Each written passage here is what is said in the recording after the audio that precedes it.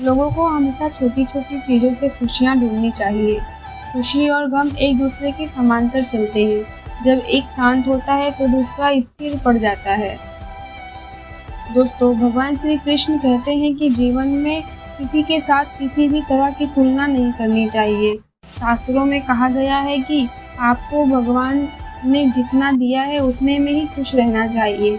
इसलिए ऐसे लोग हमेशा खुश रहते हैं जो दूसरों से तुलना नहीं करते हैं।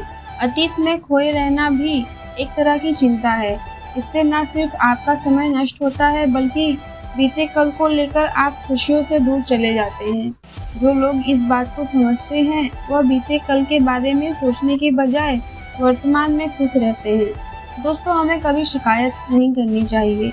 शिकायत करने से भले ही आप अच्छा महसूस करते हो, लेकिन इससे समस्या का हल नहीं होता। जो लोग खुश रहते हैं वो इस बात को भली भांति समझते हैं और कभी किसी की शिकायत किसी दूसरे इंसान से नहीं करते।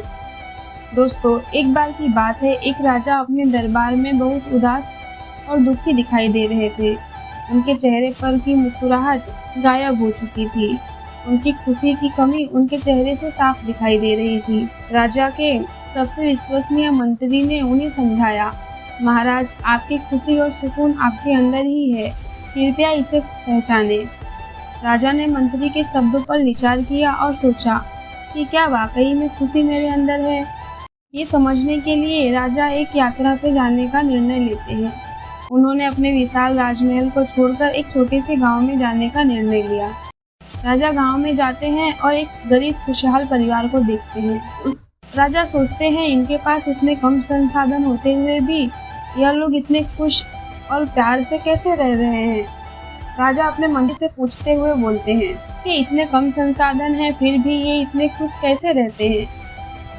मंत्री ने मुस्कुराते हुए जवाब दिया, महाराज, खुश रहने के लिए हमें भौतिक चीजों की जरूरत नहीं पड़ती। हमारे अंदर ही स्थिर है, जो हमारे विचार, व्यवहार और समाज के साथ जुड़ी है।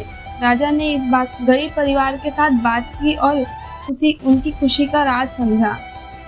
उन्होंने गरीब परिवार से सीखा कि खुश रहने के लिए हमें अपने आसपास के छोटे छोटे सुखों का आनंद लेना चाहिए। अपने आसपास के लोगों से प्यार और समझ के साथ जुड़ना चाहिए। अपने काम में जुनून और ध्यान लगाना चाहिए। सही और सच्चे आदर, जीवन व्यवहार और अपने स्वास्थ्य का ध्यान रखना चाहिए। यह सभी चीजें खुश रहने का राज है। दोस्तों, इस कहानी से हमें यह समझ में आता है कि खुश रहने के लिए हमें अपने अंदर की खुशी को खोजना चाहिए। हमें अपने जीवन के छोटे छोटे सुखों का आनंद लेना चाहिए और अपने व्यवहार में प्यार, समझ और सच्चाई को शामिल करना चाहिए। खुश रहने का राज हमारे विचार, व्यवहार और समझ में है। हमें इसकी खोज करनी चाहिए। तो दोस्तों, हमेशा हमें छोटी छोटी चीज़ों से खुशियाँ ढूंढ लेनी चाहिए। खुशियाँ देने आपको कोई नहीं आएगा, आपको अपने अंदर की खुशियों को पहचानना होगा। अगर आपको वीडियो थोड़ा भी अच्छा लगा हो तो लाइक, सब्सक्राइब करें, सपोर्ट करें। धन्यवाद।